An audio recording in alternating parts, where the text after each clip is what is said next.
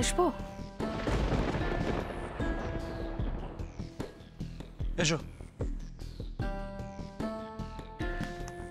শ্রাবণী, অফিসের সব স্টাফ চলে গেছে? হ্যাঁ স্যার, সমস্ত স্টাফেরা অলরেডি বেরিয়ে গেছে। গুড। আর নিখিল? স্যার একটু বেরিয়েছেন। নিখিল বেরিয়েছে? কোথায়? আই ডোন্ট নো স্যার, মানে আমি ঠিক বলতে পারবো না। আচ্ছা ঠিক আছে, বাদ দাও। বলছি আমি একটা কথা ভেবেছি, তোমাকে বলি। দেখো, অফিসের স্টাফদের, ওয়ার্কার্সদের সব নিজেদের মধ্যে লড়িয়ে দিয়ে লাভ নেই কোনো, বুঝলে? নিখিল চাইছে একটা প্রোডাক্ট লঞ্চ করতে নেক্সট মান্থ। গুড। তার জন্য কি করতে হবে? ফুল ফ্যাক্টরি, অফিস সব স্যানিটাইজ করতে হবে, সবার মেডিকেল চেক আপ হবে, সব নতুন করে নিয়ম মেনে তারপর শুরু হবে। সবই হবে, কিন্তু আলটিমেটলি প্রোডাক্টটা লঞ্চ হবে না। হবে না? কিন্তু স্যার আপনি আটকাবেন কি করে? আমি তো আটকাবো না, তুমি আটকাবে।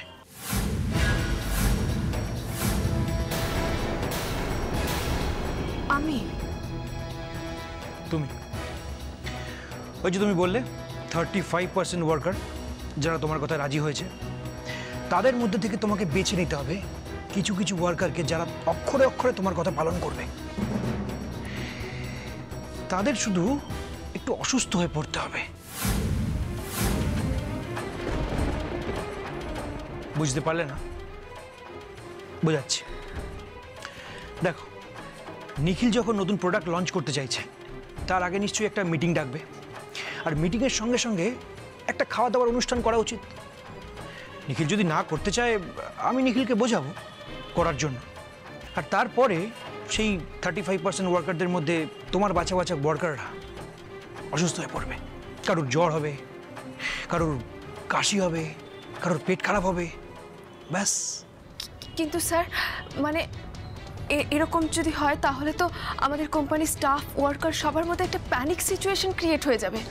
আর এমনিতেই এখন নর্মাল জ্বর, সর্দি, কাশি কিছু হলেই মানুষজন ধরে নিচ্ছে যে করোনা হয়েছে। এরকম একটা ফেক নিউজ যদি ছড়িয়ে পড়ে তাহলে তো আমাদের কোম্পানির ওয়ার্কাররা আর অফিসেই আসতে চাইবে না। এক্স্যাক্টলি, এইটাই তো আমি চাইছি। যারা অসুস্থ হয়ে পড়বে তাদেরকে হোম কোয়ারেন্টাইনে পাঠিয়ে দেওয়া হবে, আর যারা অসুস্থ হবে না তারা ভয় প্যানিক করে এমনিতেই কাজে আসবে না। ব্যাস, গোটা ফ্যাক্টরি, অফিস আবার নতুন করে স্যানিটাইজ করো, সবার মেডিকেল চেক আপ করো।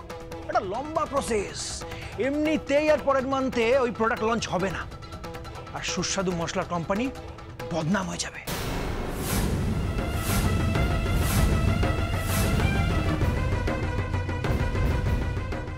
আর নিখিলবাবু কোম্পানিটা বিক্রি করতে রাজি হয়ে যাবেন, তাই তো? Yes, exactly. বুঝে যখন গেছো, যাও কাজটা শুরু করে দাও। সবই তো বুঝতে পারছি, কিন্তু কিন্তু আমি যে আমাদের কোম্পানির ওয়ার্কারদেরকে তাতাচ্ছি, তাদেরকে খেপানোর চেষ্টা করছি, এটা যদি কোনোভাবে নিখিলবাবুর কান পর্যন্ত পৌঁছে যায় তাহলে স্যার আপনি... শ্রাবণী, এই জ্ঞান জ্ঞান কিন্তু আমার একদম পছন্দ না, তুমি ভালো করে জানো। প্লিজ এসব করো না। অনেক টাকা দিয়ে তোমাকে আমি রেখেছি, মন দিয়ে কাজ করো, না হলে কিন্তু ফাটিয়ে দেবো। হ্যাঁ, একটা কথা ভালো করে মনে রেখো, তুমি যা যা করেছো সব রেকর্ড আমার কাছে আছে, ফেসে যাবে জাস্ট। না স্যার, প্লিজ। মেজদা ভাই, তুই এখনো অফিসে আছিস?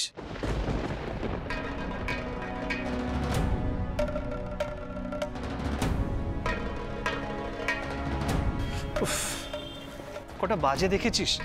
শোন না, এবার চল বাড়ি চল, আর শ্রাবণীকেও ছুটি দে। হ্যাঁ, ওকে তো এক্ষুনি ছেড়ে দেবো আমি। শোন না নিখিল, একটা কথা আছে। বলছি, তুই তো নেক্সট মান্থে প্রোডাক্ট লঞ্চ করবি, তার আগে একটা মিটিং ডেকে ওয়ার্কার্সদের সব নিয়মগুলো বলে দিতে হবে। দেখ, করোনার জন্য এখন সব নতুন নিয়ম। হ্যাঁ, সেই জন্যই তো জুলাই ফার্স্ট উইকে একটা মিটিং করবো বলছিলাম। তাহলে ভালো ডেট বল না। আর ডেট আমি ভাবছি, তুইও ভাব। আর তার সঙ্গে বলছিলাম, এই মিটিংটার পরে একটা খাওয়া দাওয়ার অনুষ্ঠান যদি করা যায়, মানে ওদের স্পিরিটটা বাড়বে ওয়ার্কার্সদের। এটা তুই ভালো কথা বলেছিস, কিন্তু এত লোকজন একসাথে, দেখ এখন যেরকম সিচুয়েশন, সোশ্যাল ডিস্টেন্সিংই মেন অস্ত্র। হ্যাঁ, সব নিয়ম মেনেই আমরা করবো, কোনো অসুবিধা নেই। কিছু না, দেখ যদি আমরা এই অনুষ্ঠানটা করি খাওয়া দাওয়ার, ওদের মনোবলটা বাড়বে, ওরা বুঝবে আমরা ওদের পাশে আছি, সঙ্গে আছি, তাই না? হ্যাঁ, ভালো কথা বলেছিস। আমরা একটা কাজ করব, শিফট ডিভাইড করে দেবো, আর খেয়াল রাখবো যাতে একসাথে বেশি লোকজন না হয়। কি বলিস? Good, very good. আর আমি তো খেয়াল রাখবই, তুইও আছিস, আর আমাদের শ্রাবণীও আছে। শ্রাবণী থাকবে তো? Sure sir, I will. তাহলে ওই কথাই রইলো, এবার তাড়াতাড়ি কর, আমি এগোচ্ছি, তুই আয়। হ্যাঁ আসছি। শ্রাবণী, আমি কিন্তু আমার কাজ করে দিয়েছি, বাকিটা তোমার উপর। Okay, all the best.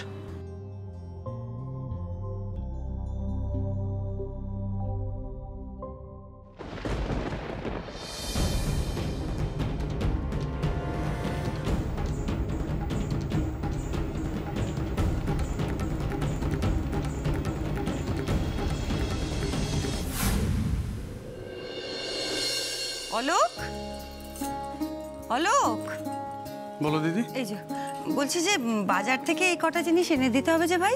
ঠিক আছে, তুমি একদম চিন্তা করো না, কালকে আমি নিজে বাজারে গিয়ে সব কিনে নিয়ে আসবো। আচ্ছা শোনো না, বলছি যে এই যে তোমাকে দিয়ে এসব কাজগুলো করাই, বাজার থেকে আনাই টানাই, তুমি রাগ করো না তো? আসলে আগে তো পরিস্থিতি অন্যরকম ছিল।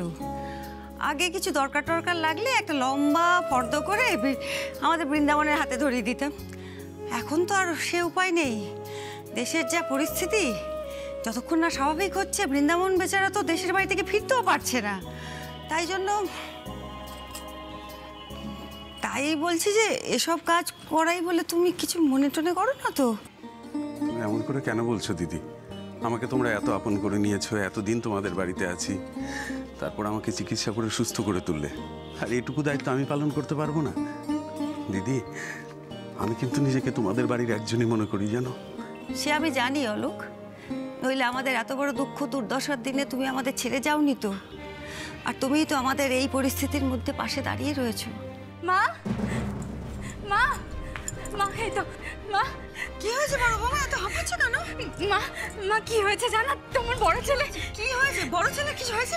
বড় কাকার কিছু হয়েছে বুঝি? না মা, তোমার বড় ছেলে আবার আগের দিনের মতো। কি আগের দিনের মতো? চুপ করে থাকো না, বলো, আমার ভয় পাচ্ছে। মা, ওর হাতটা আজকে আবার নড়েছে আর চোখের পলকও ফেলেছে। কি বলছো বড় বৌমা? তুমি সত্যি কথা বলছো? হ্যাঁ মা। সত্যি আমার অরুণ? হ্যাঁ অলোক, শুনলে আমার বড় বৌমা কি বলছে? শুনলে? হ্যাঁ, আমার অরুণ সুস্থ হয়ে উঠছে, চোখের পলক ফেলেছে, হাত নাড়িয়েছে। তুমি একটা কাজ করবে, নিখিলকে একটা ফোন করে বলো তো ডাক্তারবাবুকে ফোন করতে, ও সে যেন ডাক্তারবাবুকে নিয়ে আসে। হ্যাঁ, করছি। তার আগে চলো আমরা ওর ঘরে একটু যাই। হ্যাঁ, অরুণের কাছে চলো। কি হয়েছে মা?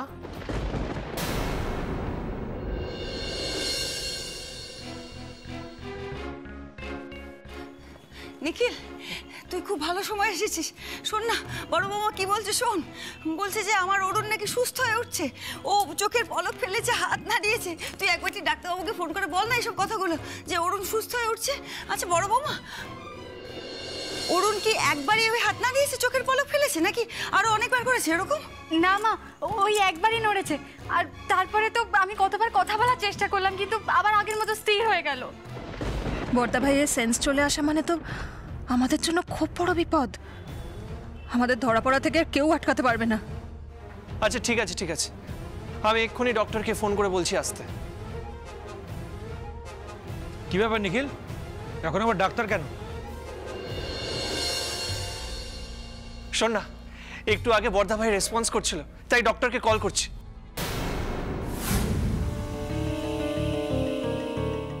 না নিখিল, দাঁড়া, আগে আমরা নিজেরা গিয়ে দেখে নিই। বড় বৌদি, বর্দা ভাইয়ের এখন কি সিচুয়েশন, মানে রেসপন্স করছে নাকি?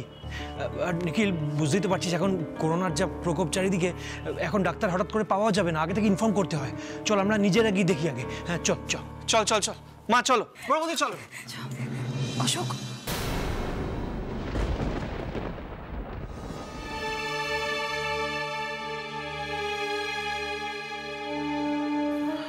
অশোক তুমি বুঝতে পারছো, আমরা কিন্তু আগুনের ওপর দিয়ে হাঁটছি। অশোক, বর্দা ভাইয়ের যদি সত্যি সত্যি সেন্স এসে যায়, সবাইকে সবটা বলে দিলে কি হবে অশোক? আমাদের সমস্ত প্ল্যান শেষ হয়ে যাবে, আমরা ধরা পড়ে যাবো, আমাদের আর কেউ বাঁচাতে পারবে না। অশোক, দিশা কুল, আমাকে সামলাতে দাও, আমি পুরোটা সামলে নেব, বিশ্বাস করো আমাকে, একটু ট্রাস্ট। দাঁড়াও অশোক, ওয়েট ওয়েট।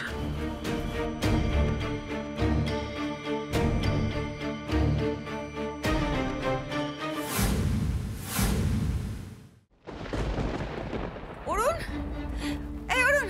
বর্দা ভাই, বর্দা ভাই, তুই নাকি রেসপন্ড করেছিলিস? এই দেখ না, আমরা সবাই এসেছি, প্লিজ প্লিজ কথা বল। বড় বৌদি তো বললো কিছুক্ষণ আগে তুই চোখের পাতা ফেলেছিস, হাত নাড়িয়েছিস। প্লিজ প্লিজ আরেকবার চেষ্টা কর। আরে যেই শুনেছে মা যে তুই রেসপন্ড করেছিস, দেখ দেখ মা কত খুশি। প্লিজ প্লিজ আমরা সবাই এসেছি, একবার রেসপন্ড কর প্লিজ। আমি জিজ্ঞেস করছি, তাহলে আমার কথাও ঠিক শুনবে। অরুণ, একবার তুই কথা বল না আমার সঙ্গে। দেখ আমি এসেছি তোর সঙ্গে কথা বলতে, একবার তুই চোখের পাতা ফেল। অরুণ, তুই তো আমার কখনো অবাধ্য ছিলিস না, তুই সবসময় আমার কথা শুনছিস, তাহলে এখন কেন শুনছিস না? নিখিল দেখো আমার কথা শুনছে না। অরুণ মা, চোখের পলক ফেল না। মা মা মা মা না না না, ও আমার কথা শুনবে। মা এরকম করো না, এরকম করলে আরো শরীর খারাপ করবে। বোঝার চেষ্টা করো প্লিজ, আমি দেখছি। দেখি সর, আমি জিজ্ঞেস করছি, যদি কিছু বলতে চাই আমি জিজ্ঞেস করছি। বড়দা ভাই কিছু বলতে চাস? বড় বৌদি বলছিল তুই নাকি রেসপন্স করছিলি, হ্যাঁ কিছু বলতে চাস তো বল, আমরা সবাই আছি শুনবো।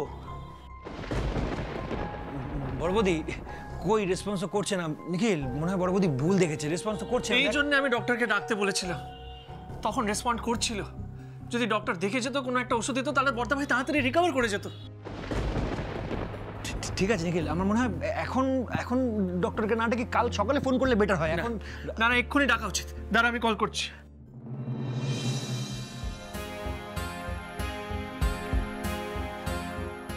হ্যালো ডক্টর, আমি নিখিল চৌধুরী বলছি। হ্যাঁ হ্যাঁ, অরুণ চৌধুরী কেসের ব্যাপারেই আপনার সাথে ডিসকাস করার জন্য ফোন করলাম। বলছিলাম ডক্টর, কিছুক্ষণ আগেই বর্দা ভাই রেসপন্ড করেছে। হ্যাঁ, চোখের পাতা ফেলেছে, হাত নাড়িয়েছে। না না, আমরা কেউ দেখিনি, বড় বৌদি দেখেছে। প্লিজ প্লিজ আপনি তাড়াতাড়ি একটু চলে আসবেন। প্লিজ ডোন্ট মাইন্ড, আপনাকে এইভাবে ডাকছি, আসলে বুঝতেই তো পারছেন বর্দা ভাইয়ের সেরে ওঠাটা ভীষণ ইম্পর্টেন্ট। আসলে বাচ্চারা সারাক্ষণ মন খারাপ করে বসে আছে। প্লিজ প্লিজ আপনি কিছু করুন। Thank you doctor. মন খারাপ করে থাকিস না, তোদের বাবা ঠিক হয়ে যাবে। কবে ঠিক হবে ছোট কাকাই? আমরা রোজ বাবার সাথে কত কথা বলি, বাবা একটা উত্তর দেয় না। হ্যাঁ, আমরা সারাদিন কি কি দুষ্টুমি করেছি বাবাকে সব বলি, কিন্তু বাবা কোনো কথা বলে না, আমাদের একটুও বকে না। বললাম তো তোদের বাবা আবার আগের মতো হয়ে যাবে। তোরা আমার কথা মিলিয়ে নিস। আর একবার তোদের বাবা ঠিক হয়ে গেলে, তোদের বাবার যে এই অবস্থা করেছে, ওদের সবাইকে আমরা শাস্তি দেব। তারা সবাই লকআপের পেছনে থাকবে, তুই আমার কথা মিলিয়ে নে।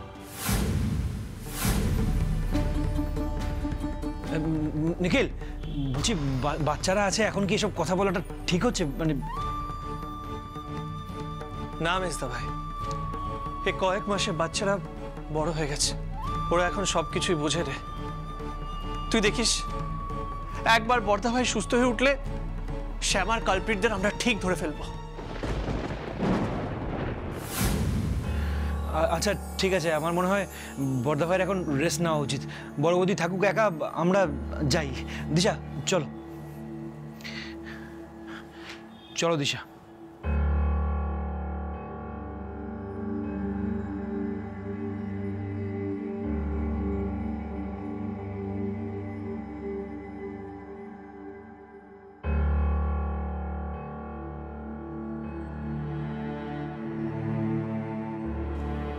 প্লিজ কেঁদো না বড় বৌদি।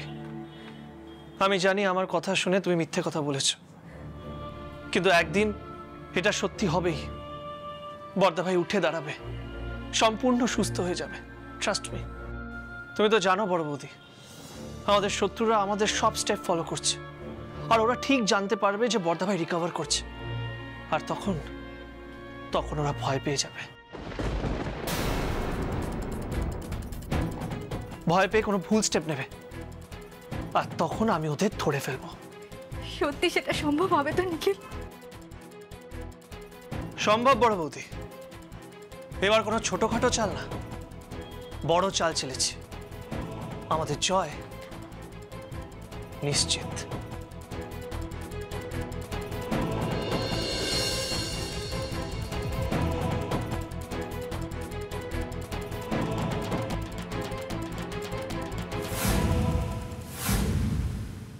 এ তো গোদের ওপর বিস্ফোরা হলো অশোক। এতদিন ধরে মা আর শ্যামাকে নিয়ে আমরা ভুগছিলাম, এবার কি বর্দা ভাইকে নিয়েও ভুগতে হবে? ও তো মাথা থেকে কিছু আসছে না।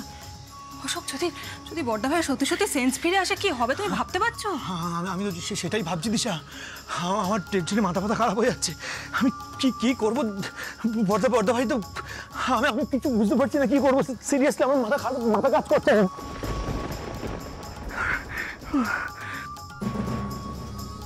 কি গো, তোমার শরীর ঠিক লাগছে তো? অশোক, কি কষ্ট হচ্ছে আমাকে বলো, কি হলো? দিশা ছাড়ো এসব কথা, আমার কথার উত্তর দাও। বড়দা ভাই হাত পা নাড়াচ্ছে। হ্যাঁ, বড়দা ভাই চোখের পাতা নাড়াচ্ছে, হাত পা নাড়াচ্ছে। কি হচ্ছে এসব? আমরা তো ফেসে যাবো দিশা। বড়দা ভাই যদি একবার জ্ঞান ফিরে আসে, একবার সেন্স চলে আসে, যদি সবাইকে সবকিছু বলে দেয়, আমাদের কি হবে তুমি বুঝতে পারছো দিশা? আমার দম বন্ধ হয়ে আসছে। আমার অশোক, মাথা ঠান্ডা করো, আস্তে আস্তে আস্তে আস্তে। Relax Ashok, relax please. তুমি ওষুধটা খাওনি না? জানতাম। বসো, শান্ত হয়ে ওষুধটা দিচ্ছি।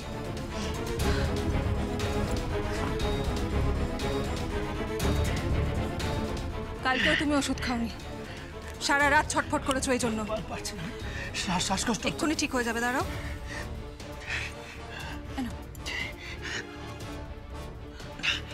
এই জন্য বলি অশোক, নিয়ম করে ওষুধটা খাও, নাহলে দেখছো তো নিজেরই কত কষ্ট হয়।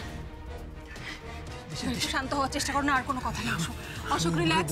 আমি বুঝতে পারছি এক্ষুনি ঠিক হয়ে যাবে। Please Ashok, relax. মাথাটা ঠান্ডা করার চেষ্টা করো অশোক। কি গো, একটু বেটার লাগছে ওষুধটা খেয়ে? একটু বেটার লাগছে। আচ্ছা দিশা, একটা কথা আমাকে বলো। বড়দা ভাই যদি সুস্থ হয়ে যায়, সবাইকে তো সব কিছু বলে দেবে? হ্যাঁ, বলে দিলে তো পুলিশ আমাদের ধরে নিয়ে যাবে। বাবা, মা, নিখিল, বড় বৌদি, আমাদের তো কেউ ছেড়ে দেবে না। আমরা শেষ হয়ে যাবো দিশা। শেষ আমরা হব না অশোক, শেষ হবে বড়দা ভাই। প্রয়োজনে যাকে শেষ করে ফেলতে হবে।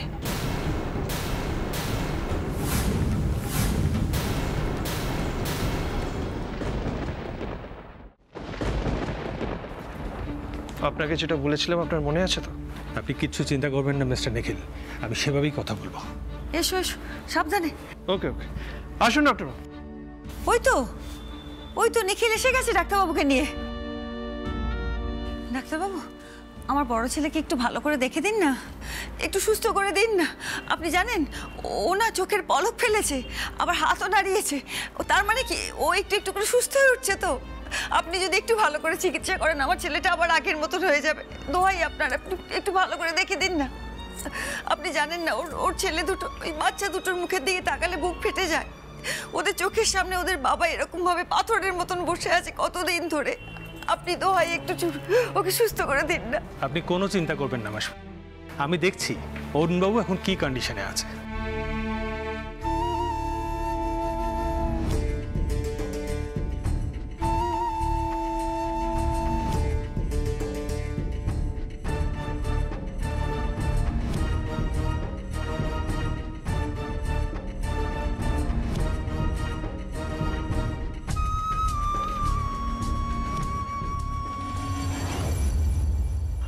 না দিশা, বড়দা ভাইকে মারতে পারবো না। বড়দা ভাইকে কি বলছো তুমি? নিজেরা বাঁচতে গেলে যে বড়দা ভাইকে মারতেই হবে অশোক। না দিশা, এইটা আমি কিছুতেই করতে পারবো না, কিছুতেই না। আমি এতদিন তোমার কথা শুনে অনেক অন্যায় কাজ করেছি, শুধু তোমাকে ভালোবাসি বলে। আমি নিখিলকে ঠকিয়েছি, শ্যামাকে মেরেছি, কিন্তু বড়দা ভাইকে আমি মারতে পারবো না। বড়দা ভাই আমার নিজের দাদা, এটা আমাকে করিও না দিশা, এটা আমাকে দিয়ে করিও না। তাহলে তুমি কি চাইছো অশোক? কি চাও বলো তো তুমি সত্যি কথা? আমাদের যে সন্তান আসতে চলেছে, তুমি চাও যে সে কারেকশনাল হোমে জন্মাক, সেখানেই বড় হয়ে উঠুক আমাদের সঙ্গে, সারা জীবন ওখানেই কাটা, কেটেই চাইছো তো? বেশ, তাই হবে তাহলে। দিশা, এটা তুমি কি বলছো? না, এটা কখনোই সম্ভব না। আমি ওই চার দেওয়ালের মধ্যে কিছুতেই থাকতে পারবো না। আর আমাদের সন্তান ওখানে বড় হবে, এটা তুমি কি বলছো? এটা আমি কিছুতেই হতে দিতে পারি না। আমি কি করবো এখন? আচ্ছা দিশা, তুমি শিওর না যে বড়দা ভাই সুস্থ হয়ে সবাইকে সবকিছু বলে দেবে? হ্যাঁ, তুমি শিওর? তুমি নিজে আগে একটু ঠান্ডা হতো অশোক, আমার তোমায় নিয়ে বেশি টেনশন হচ্ছে। মাথা ঠান্ডা করো, দেখো কি হবে না হবে আমি নিজেও জানি না, কিন্তু যাতে তোমার আমার কোনো ক্ষতি না হয়, যাতে আমরা অ্যারেস্টেড না হই, সেই জন্যই আমি কোনো রিস্ক নিতে চাই না অশোক। আর সেই জন্যই বড়দা ভাইকে সরিয়ে ফেলাটা এতটাই ইম্পর্ট্যান্ট। আরেকটা কথা মনে রাখো অশোক, আমরা কিন্তু লক্ষ্যের খুব কাছাকাছি পৌঁছে গেছি। অনেকটা পথ আমরা এগিয়ে এসেছি, এতটাই এগিয়ে এসেছি যে এখান থেকে ফেরার আর কোনো রাস্তা নেই, আমাদের কোনো রাস্তা নেই। আমরা যা প্ল্যান করেছি সেটা যেভাবেই হোক সাকসেসফুল আমাদের করতেই হবে।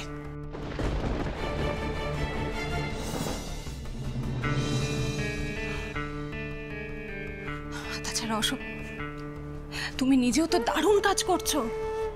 এই যে বললে অফিসে কি একটা প্ল্যান করেছো গন্ডগোল পাকানোর, সেটা যদি সাকসেসফুলি করতে পারো, এই সিচুয়েশনে যদি অফিস ফ্যাক্টরি সবকিছু সিল করিয়ে দেওয়া যায়, তাহলেই তো নিখিল হেরে যাবে অশোক।